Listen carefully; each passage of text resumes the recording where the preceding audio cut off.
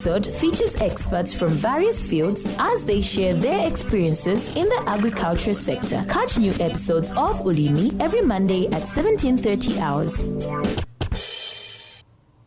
All right, so the breakfast show continues, and of course, lately in the news, I think we've been following events the way they have been happening. There have been a lot of criticisms coming from the other camps in relation to the recently conducted Central Committee or General Conference by the Patriotic Front that culminated into the coming up of the Central Committee. Now, some section of the opposition are not satisfied with the way the process has been done, and of course other stakeholders as well, CSOs, have also spoken in terms of the way it was done. And for some, they have received it with mixed feelings. Others are claiming that it wasn't done transparently. Others, they feel the president had more authority, had more powers to choose people that he wanted to see in the Central Committee, and so on and so forth. However, the Patriotic Front has responded to that, indicating that they followed the party constitution. And I felt this morning I can bring in somebody from the Patriotic Front just to explain to us what part of the constitution they followed when they had their general conference that culminated into the Central Committee, so that perhaps one or two people out there can be able to understand why the process was done the way it was done. From the media admin, I'm privileged to host Honorable Chendela Mukondo, who is the chief PF from the media team, who is going to help us really understand how the process was actually done. Honorable, thank you so much for joining us this morning, and welcome to it. The weather seems quite moody. Yes, it seems quite moody and somehow windy. It's a little bit cool. I think I'm enjoying it. Is that the weather in the party? Is that the way the weather is in the party? Yes, I think that's the same weather that we are enjoying. It's very, very, I think, conducive for all political activities, especially the mobilization, and then also the preparation towards the general elections, especially that we have successfully done the conference itself or the convention. Okay. Yes. Success is a word that obviously everyone in the Patriotic Front is willingly using in describing the recently held General Assembly, that the General Conference actually that culminated into the coming up of the Central Committee. However, there are people from other camps who feel your conference did not meet the standards as stipulated by the Constitution. I don't know, what would be your reaction to that? Well, we have been a political party from 2001, Comrade, and for us, these elections now, it's a part of a normal ritual to us. We have been doing this same intra-party elections since 2001, and I think in 2006 we had gone through such, and in 2008 we had gone through that, and in 2011 we had done the same. And something which was a little bit quite interesting, that one which happened in 2014, but for us, I think we are very much experienced, and the same people seem not to say to understand what is going on, what is at play at all. So I'll give you an example of the nation, the Republican president. It's how the president is put into office. First, the most important thing is that when everybody is elected, we go for these tripartite elections. You subject everybody to the populace. They go on the grassroots. They get elected as councillors, others as MPs, and then the president, out of those who wins, we have only one Republican president. And then when they go to the legislature there, out of the 156, the president goes ahead now to look at the people that will form his cabinet, his inner circle. He appoints.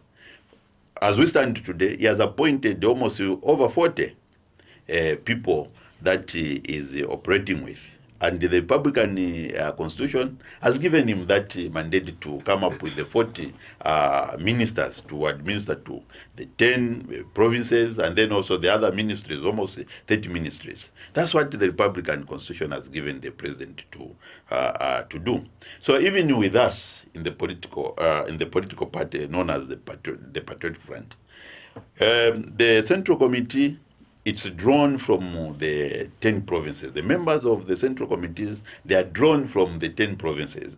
And these 10 provinces, as I earlier stated, that they are what we call the inter-party election that we undergo after 3 years. And for us, we started this inter-party process in 2018, where at ward, we have ward chairman, the 24 of them. At constituency, we have new leadership. At the district, we have new leadership. And then in the province, that's where we have now these 10 provincial conferences. When we have these 10 provincial conferences, that's where now, after the 10 come together, we call it the general conference.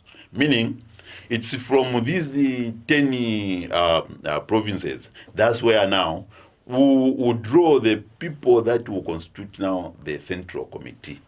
And this is where now the president comes in. Before that, the Central Committee, they normally have their own election inside there. And that's why you find that before we even came out to all these procedure things of seeing the president filing in, applying for the presidency, the Central Committee had already said that they were behind one candidate, the candidate of one Edgar Chagwa Lungu. So basically, where we don't have a problem, where you have the incumbents there, it's very simple. We have a scenario which we had in 2014, where we had the incumbent passed on. The president who is supposed to superintend everything was not there.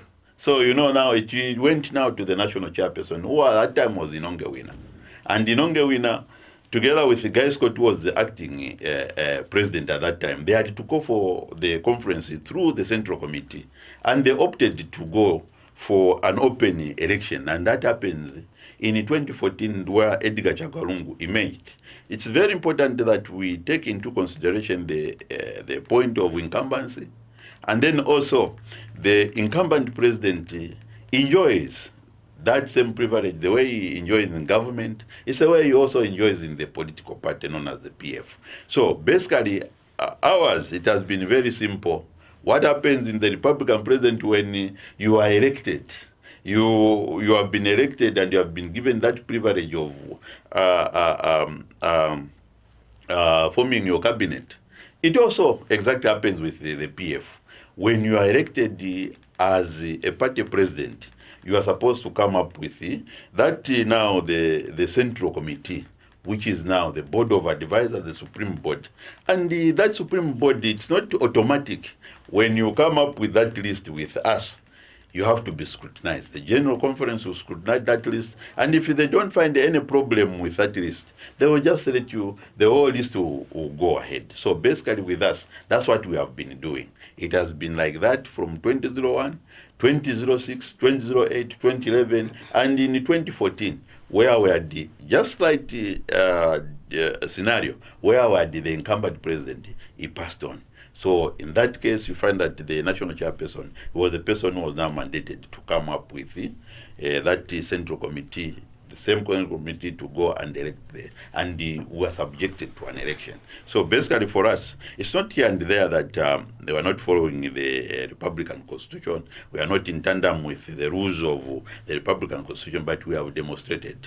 We are coming out of an elective conference, and one Edgar Chagwa Lungu has emerged victorious, and he has formed the Supreme Body. That's the one which he proposed the 53 names. Okay. So basically for us, these 53 names, what the other camp does not understand, these 53 names, they are drawn from the 10 provinces. So the president has the mandate or the liberty to suggest names that he would want to see in the Constitution. In the Central Committee, right? Yes. Okay, great. So now, where does the vote come in? Where does the election come in? If I told the president has already indicated to say, these are the people that I want in my Central Committee, then what is the need of an election? Where does the election come in? An election comes in when the General Conference refuses that list. They say, no, we are going to elect everyone. Or the way it happened, everybody they endorsed should I say that they agreed to the proposed names. So those are the names that constitute an elections. They were elected, they went unopposed. But if there is any opposition to that list, it will mean now it will be subject to an open election. So was there something like that to the list that President Edgar Lungu had availed to the party in relation to the names that he wanted? That's why it went in smoothly. It went in smoothly. There was no objection to that list. But if you look at compared to what happened in 2014, the Central Committee objected to that. And then even when we went to the General Conference, we opted for that. And that's the reason why other people, they never wanted Edgar Lungu, if you remember very well. They never wanted Edgar Lungu. And a lot of members of Central Committee were flushed out. We had GBM, Mauzi Sampa, we had Chimbaka Mbwili, we had Given Rubinda, we had all those people, Samusa, all the 11s who had come on the 11th hour who wanted to stand. So we ended up, when we went to the General Conference, we elected the president, and the president came up with a list again. When he was elected, immediately when he won that election, he came up with a list. And on that list, he chose Vamukupa in 2014 to come as the national chairperson to represent Mama Inonge Wina. And then we had the others, Margaret Mwanakatwe, we had Nonde, we had all these other names which were proposed. Even when Kelvin Sampa, they became part of the Central Committee. So this, we are not doing it different from what we did in 2014. But this time around, we have even become more transparent, especially that this event was happening just here in Lusaka. Because all the time, whenever we have these elections, we normally go to Kabwe. So a lot of people, they don't look at all these individual steps. But these are the individual steps that happened in 2014. This is exactly what is happening. In 2014, immediately Edgar Lungu was put into office. He was elected as our party president. You saw names like Guy Scott, they fall out. Secretary General like Winter Kawimba, they all fall out.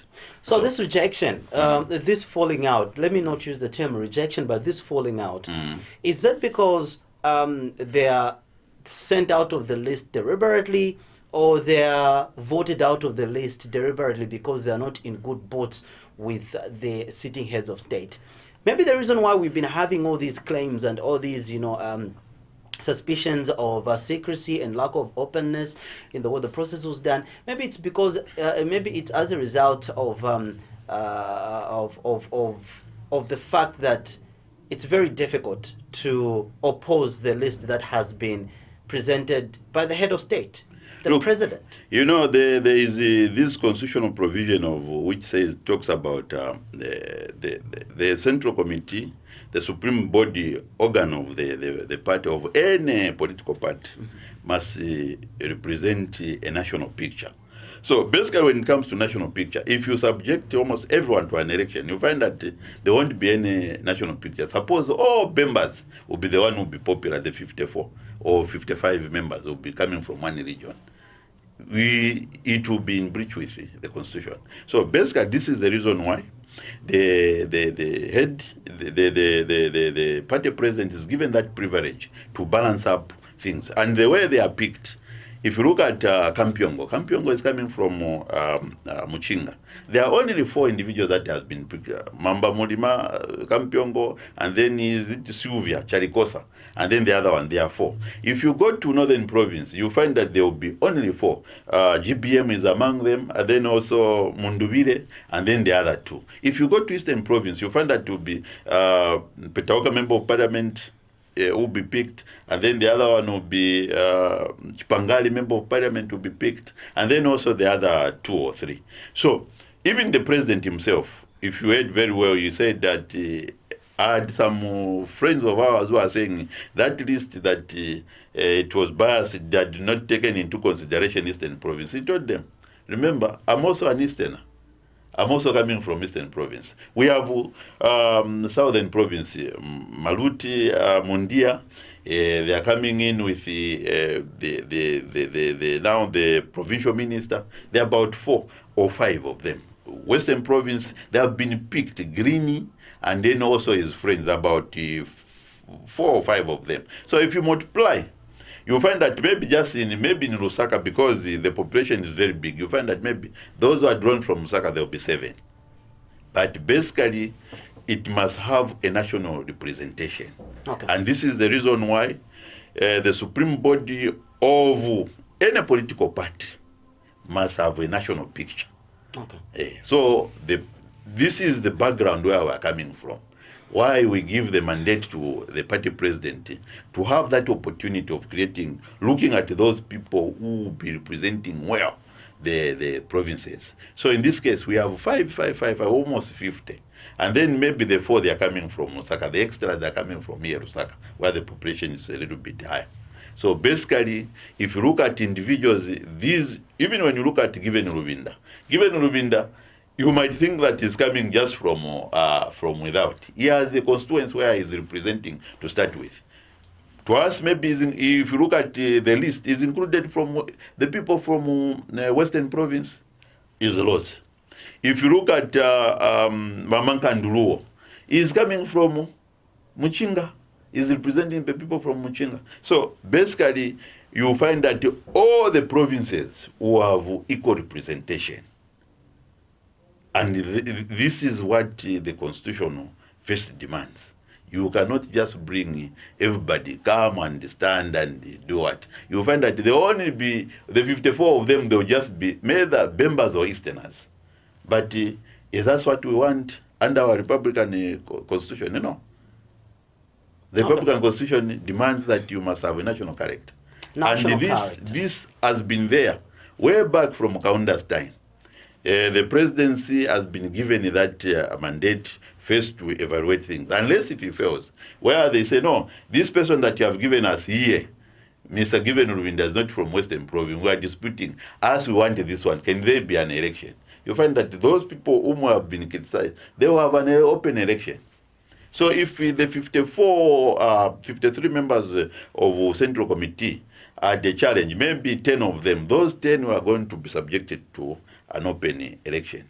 And the reasons were going to be given. People will say, no, these people that you have given us in Lusaka, they are not representing Lusaka. Us, we want this, we want that. So this is the reason why our friends, they do not understand. Ourselves, we have followed the provisions of the Constitution, and we have been following the provisions of the Constitution from inception, from 2001 to where we stand today.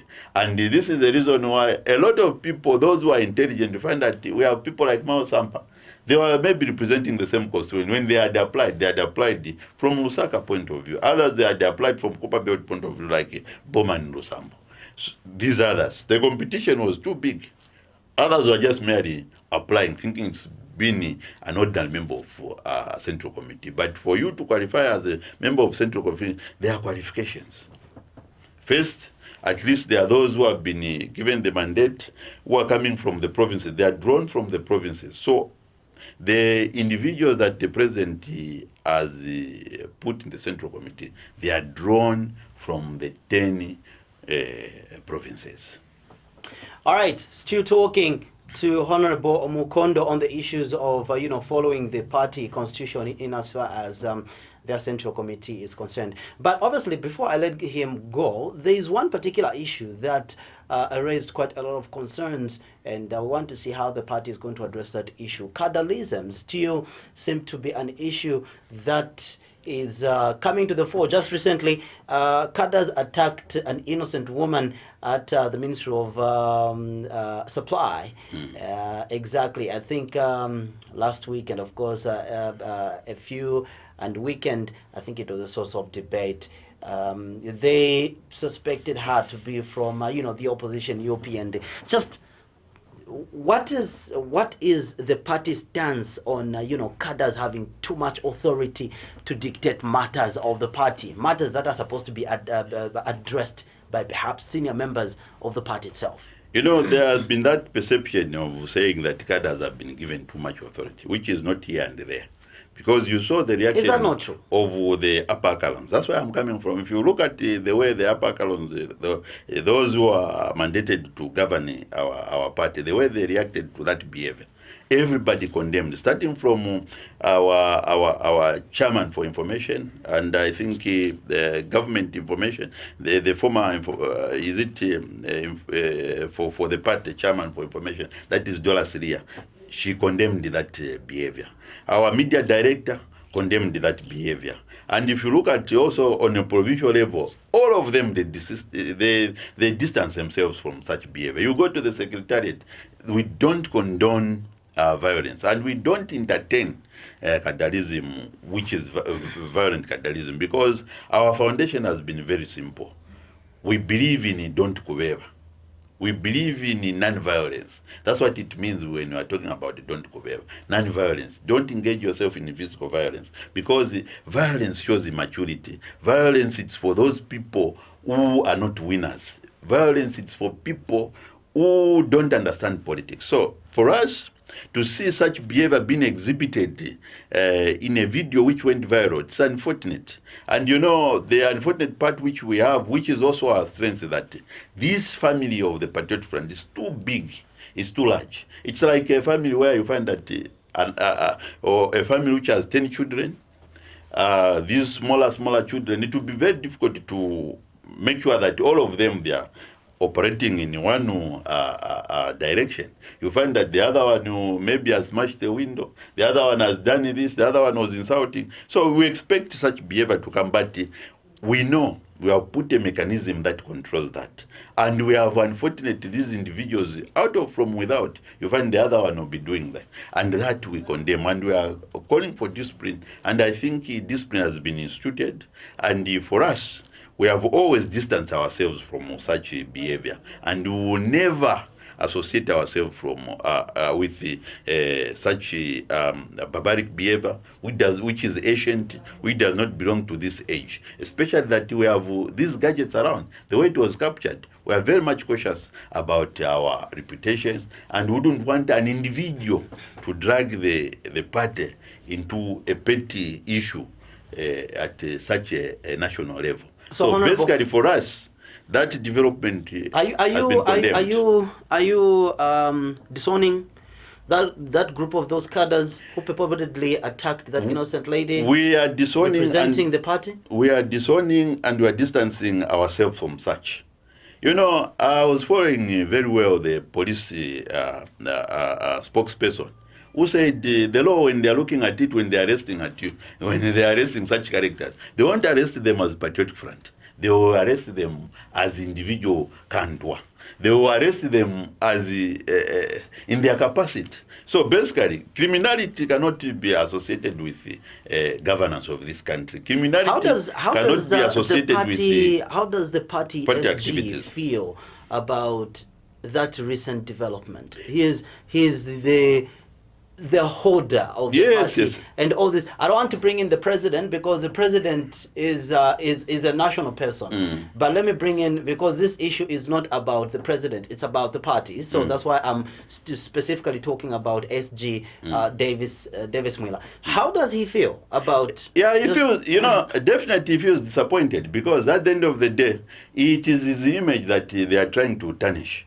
And for us, the only measure that we will do is we have categorically told everyone the SG will never associate himself with cadres who are violent, cadres who are injuring the morals and values of this nation. And this is the reason why every year at the first SONA, the president talks about these values.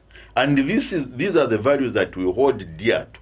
So basically, the SG will never associate himself with such cadres. Such cadres, immediately you go into violence. You are a criminal. You are not part of the governing body known as the Patriot Front. Even at home, if somebody becomes a rapist, he becomes a rapist. He does not belong to that family. He has to go to the jail, to see the jail. Not so. So even ourselves, we know that we are a big family, we are a large family, and we know that we have different characters.